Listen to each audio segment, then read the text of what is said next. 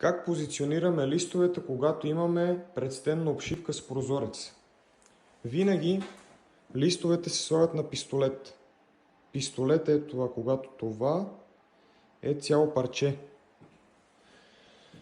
Слагаме парчето, гипсокартон листа, изрязваме го след това покрай прозореца, за да може на ъгъла листа да е цял. Тук не трябва да има снатка, нито тук, нито тук, защото винаги там снатката пука.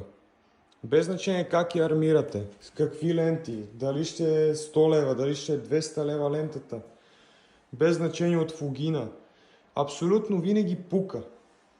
И затова винаги го правим на пистолет на 4 ъгъла. Ето 1, 2, 3, 4. Тогава ъглите няма никакъв шанс да ви спукат. Правите го това, след това си правите обръщалата, слагате ръбоохранители, ленти, шпакловате, боядисвате и сте готови.